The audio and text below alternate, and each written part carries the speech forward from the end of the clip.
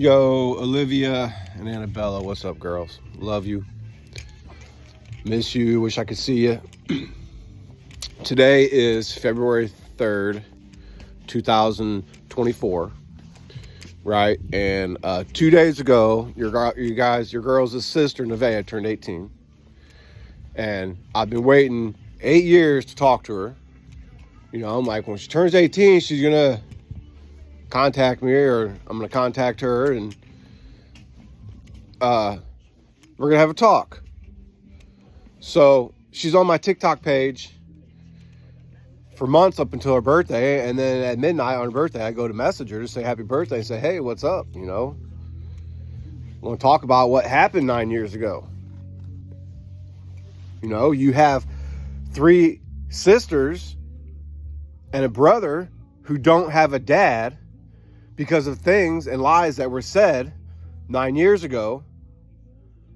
And the only way for me to get to you girls is to talk to her and clear it up. Right? So I've been holding on to hope for these years that I could talk to her and be like, look, Nevaeh, I don't know.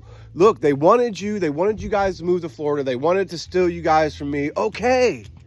They did it. It's over. That was 9 years ago. They stole you. They took you to Florida. You moved to Florida. You lived there. You went to high school there. You grew up and you graduated. It's done and it's over now.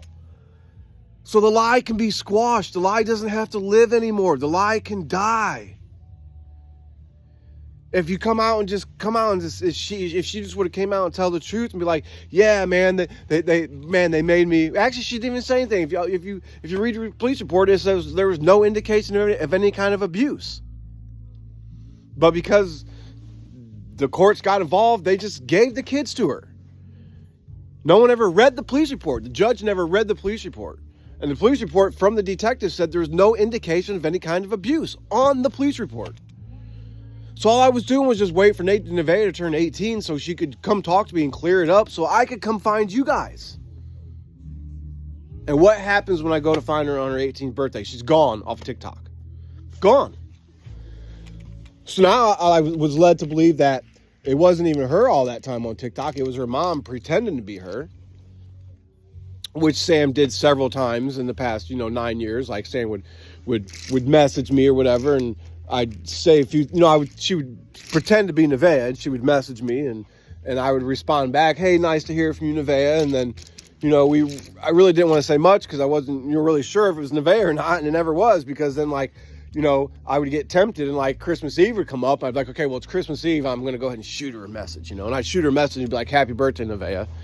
And then I get a message right back, oh, this was Sam. It's been Sam the past 3 months you've been talking. It was never Nevaeh. This is Sam. And don't ever contact us again, all right?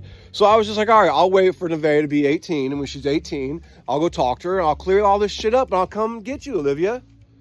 And I'll come get you, Annabella. And what happens? Nevaeh's gone. Disappeared. Nowhere on TikTok for me to find her. So I don't know. It's a lot of weight to put on Nevaeh's shoulders, but I've been carrying a lot of weight for 9 years, and so are you girls. You girls have been carrying stuff that she could help fix,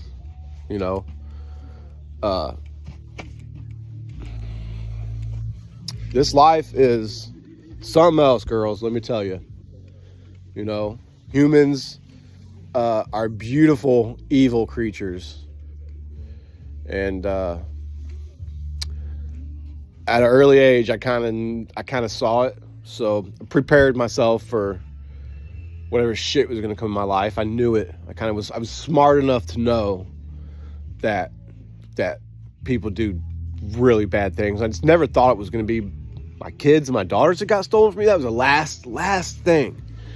You always prepare yourself for that exam, or you always prepare yourself for that one thing, and then there's something that twists that comes and is different than what you always ever thought. I knew there would be struggles, and I knew there would be bad times and stuff, but I just never in my wildest dreams I think my daughters would get stolen from me. Man, I just want you guys to know how devastating it's been on me. And at the same time, I want you guys to see that someone can be completely destroyed and completely ruined, and you can still live a happy life. So this is like a double thing. you know, so I'm heartbroken. I'm devastated. I have lots of pain every day.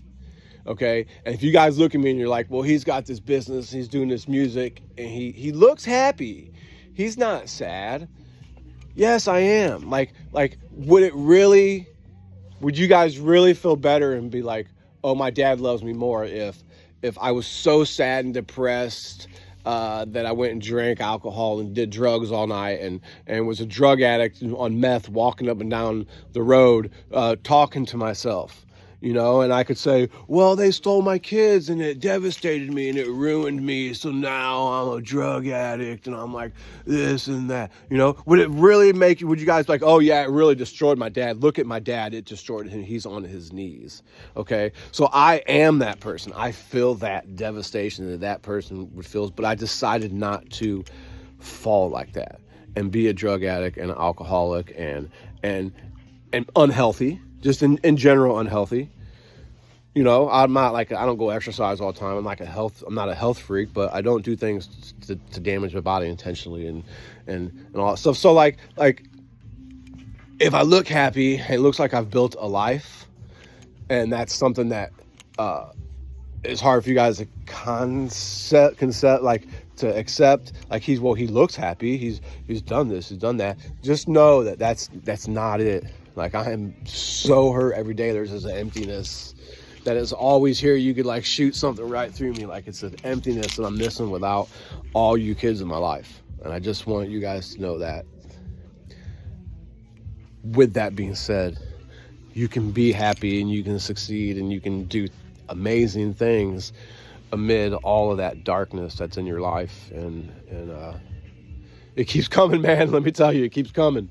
So just stay positive and I don't know if my way of thinking is the right way, but like, I'm just at the age now where if there's someone around me that's sucking from me like a vampire, like sucking my energy or my time, and there's not, I won't be selfish to say there's nothing in it for me, but if they're sucking away from me and there's not something reciprocal that comes back and fills me back up, you know what I'm saying? Like someone's got to, if someone wants to take, they got to give. It's a give and a take. It's a circle like this. But when there's people constantly around you, whether it's music, business, friends, family, if they're constantly sucking from you and they're never reciprocate and give it back, just push those people away. And what I learned is sometimes it took years to figure that out with people. But now I get it pretty quick.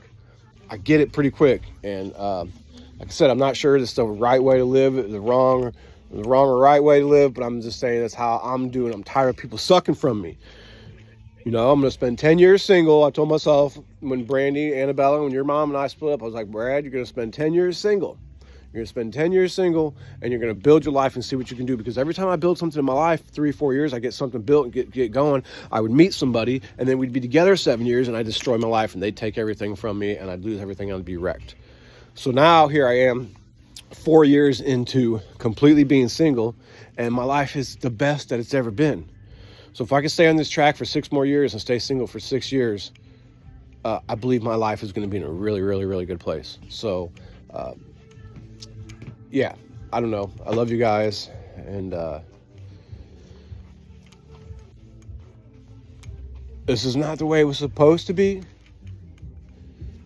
but it's the way it was and the way it is. So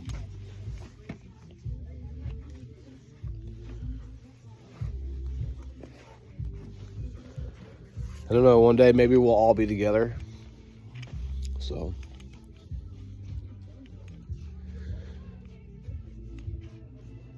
I love you.